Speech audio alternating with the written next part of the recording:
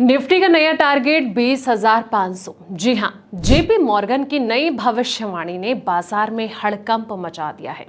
HSBC के बाद JP Morgan का ये दूसरा बड़ा झटका है दोस्तों। एक तरफ आसमान छूता कच्चा तेल और दूसरी रेटिंग में गिरावट। क्या भारतीय निवेशक अब फंसने वाले हैं? क्यों बड़े जो दिग्गज हैं अब भारत से पैसा निकालकर दूसरे देशों में लगा रहे हैं? अगले 5 मिनट में जानिए आपके पोर्टफोलियो पर होने वाला क्या असर है। नमस्कार, मैं हूं आपके साथ संध्या बिष्ट और आप देख रहे हैं the economic times in Hindi. भारतीय शेयर बाजार पर विदेशी ब्रोकरेज हाउस का भरोसा फिलहाल कमजोर पड़ता दिख रहा है। पहले एचएसबीसी ने भारत की रेटिंग घटाई और अब जेपी मॉर्गन ने भी भारतीय इक्विटी को ओवरवेट से न्यूट्रल कर दिया है। जेपी मॉर्गन ने निफ्टी 50 के सभी जो टारगेट हैं दोस्तों इसको घटा दिया, जिससे कि निवेशकों की चिंता बढ़ गई है। ऊंची वैल्यूएशन, कमाई पर दबाव, विदेशी बिकवाली और महंगे तेल जैसे फैक्टर अब बाजार के लिए बड़ी चुनौती बनते दिख रहे हैं। जेपी मॉर्गन की रिपोर्ट में सबसे बड़ा जो असर है वो निफ्टी 50 के टारगेट पर दिखा है। ब्रोकरेज ने हर स्थिति में अपने अनुमान घटा दिए। बुल केस यानी कि सबसे मजबूत तेजी वाले अनुमान में निफ्टी लक्ष्य 33,000 घटाकर 30,000 कर दिया गया। रिपोर्ट के बाद शुक्रवार को शेयर बाजार में भारी गिरावट आई। जानिए ऐसा क्यों हुआ, कि आगे की चाल क्या हो सकती है।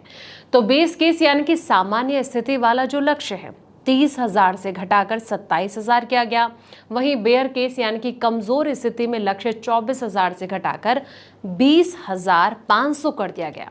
इसका जो सीधा मतलब है वो ये कि जेपी मॉर्गन को भारतीय बाजार की आगे की चाल पहले जितनी मजबूत नहीं दिखाई दे रही।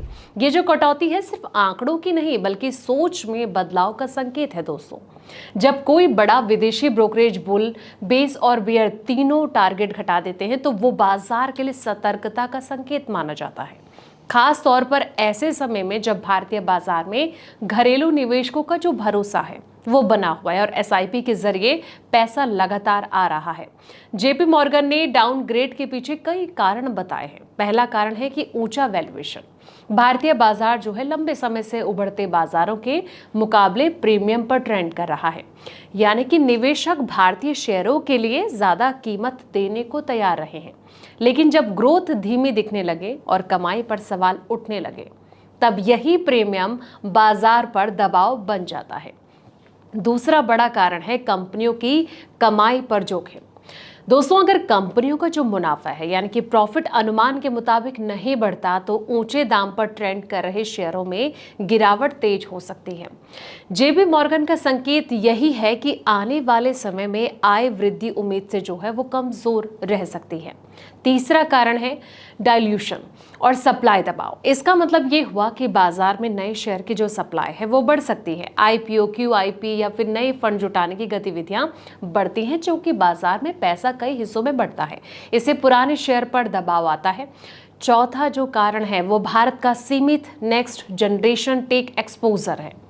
दुनिया भर के निवेशक अभी आर्टिफिशियल इंटेलिजेंस यानी कि AI, advance chip, cloud technology और हाई ग्रोथ डिजिटल सेक्टर की तरफ अट्रैक्ट है।